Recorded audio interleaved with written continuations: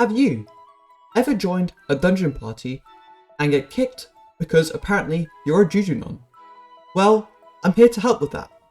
In this video, I'm going to be going through the things that make up a Juju non and what you can do to get rid of that stereotype. Just to explain what's going to happen in this video, I'm going to be going through a couple of things that you might be doing or like skills you have that might be contributing to why you're being called a Juju non. This guide is also somewhat serving as a progression guide, as not only is it focused around not being a Juju non, it's also just around general progression in Skybock. Just before the video starts, I kindly ask you to like and possibly even subscribe to my channel if you find my content helpful or enjoy it all.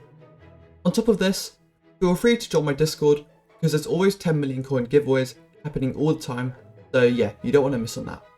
And with that said, let's get on to the video. So firstly, I'm going to start with probably the biggest factor that determines if you're Juju non or not.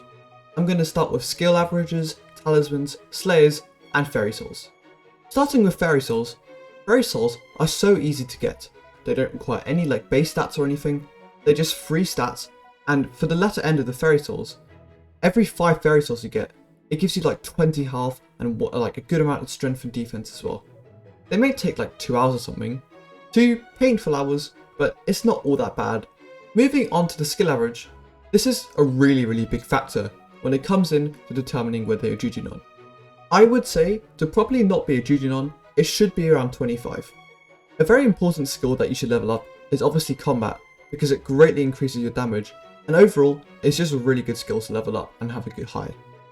However, I do have some suggestions on what skills you can level up really easily to just boost up that skill average. Firstly, mining is really easy. If you place down a couple of snow minions, you just level up your mining really quickly, trust me on this. And on top of this, leveling up mining is really easy with like commissions and also like the dwarven mines as well. Enchanting is another skill which is really easy to level up, because when you get the experimentation table, you get like 300k enchanting XP from every time you do it, and it's basically free as well.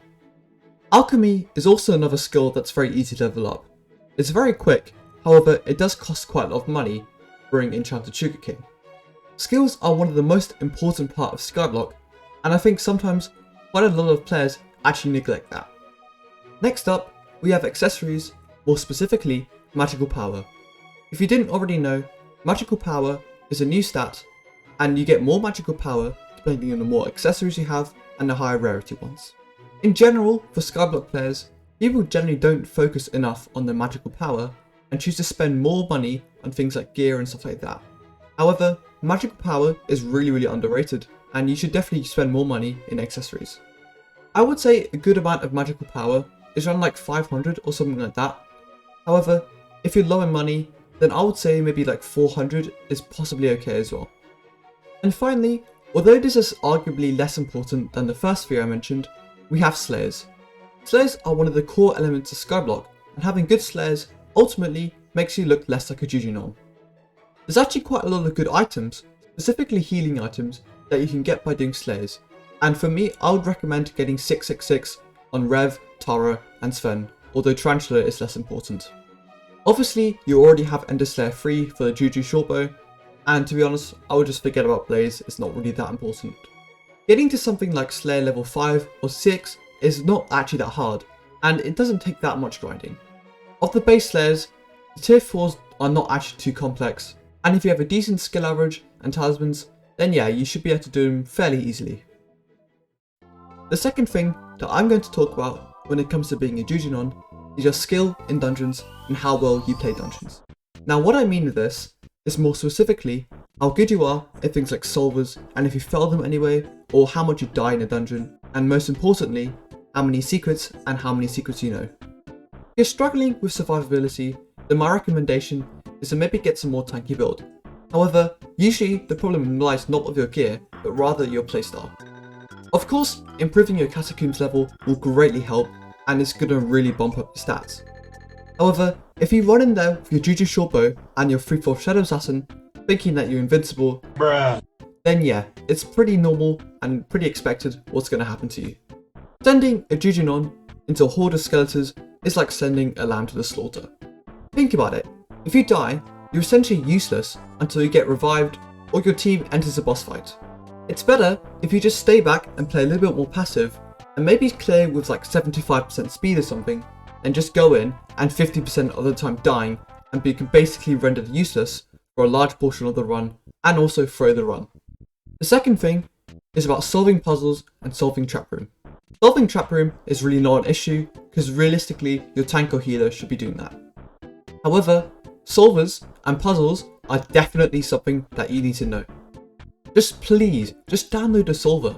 Whether this is a client or on Forge and downloading a mod, just download a client please. It will just help you so much.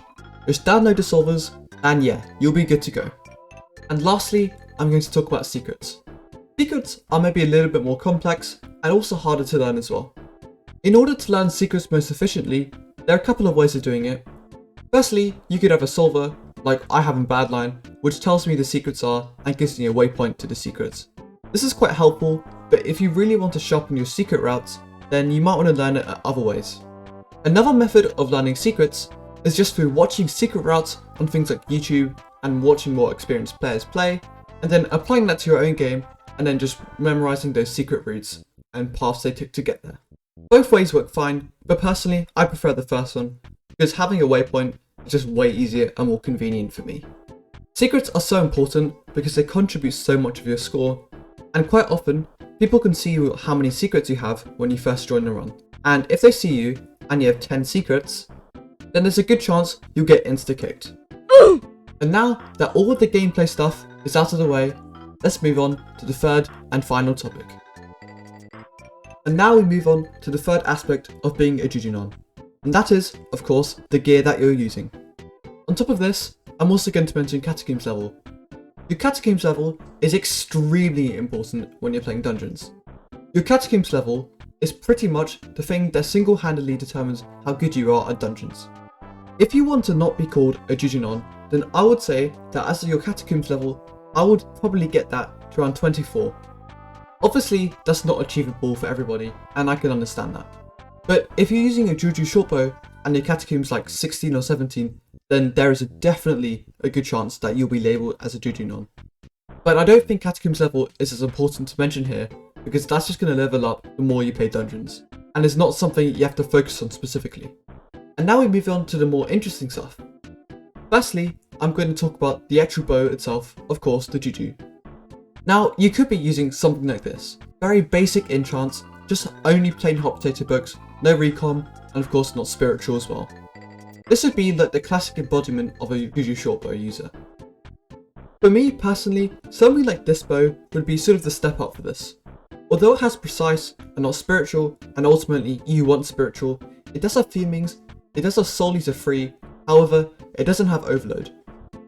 If you get a Juju shortbow and it has soul eater 5 and overload 5, themings, recon, 5-star, spiritual, the whole shebang, then that's pretty much the best you're going to get a Juju shortbow. If you get a max Juju shortbow or semi-max to the point where it's not stupid, then you're almost never going to be called a Juju non just because your Juju is pretty good. However, that is still worth around 50 million coins, and I can understand that that's quite out of a lot of people's price range. But just beware that the further you go down in quality, the chance of being called a Juju non greatly increases. Moving on to the armour, if you're using something like 3/4 Shadow Assassin with a Zombie Knight chestplate, and all of this is just normal frag or something and just maybe epic or even legendary, with Shadow Assassin, you don't want to go all out and max it out because that would be kind of pointless considering that you're going to upgrade to Necron soon anyway. But for the time being, you should definitely get it 5-starred, considering that Wither Essence is also now on the Bazaar. Ancient is also good, but if you're really low Catacombs level, then Fierce also does the job as well. I would say getting Shadow Assassin reconned is too much, but you should definitely get it livid fragged and surround it with 8 livid fragments to make it legendary. And of course, your hard potato books as well. Themings are probably also a little bit too much for this. A lot of people seem to like full Shadow Assassin. Personally, I think that it's more worth the money to just invest it into the actual Juju shortbow itself, because the Zombie Knight chestplate is actually very comparable to the Shadow Assassin chestplates. And obviously if you have the money, then yeah, go for it because it is worth it. But if you're running low money, then the Zombie Knight chestplate is not too bad of an alternative. And finally, we move on to the pet. If you want more bulk and survivability, then get like a legendary blue whale or legendary baby yeti. This will really help you in dungeons and ultimately really help you with your EHP. However, if you want to take the more glass cannon approach and are maybe willing to sacrifice some more EHP for more damage, then using something like a wither skeleton, or even like a tiger or something like that is also an option for you. And with the end of the gear section, that's going to wrap it up for this video. Overall, I would say the most important thing is improving your skills, talismans, slayers, and fairy souls. These are kind of like your base stats, as you call it. And improving these is going to really help you in Skybock and ultimately get you not called a Juju non. Getting silvers and learning secrets is also quite an easy thing to do, and ultimately it's really going to help you in dungeons and your efficiency.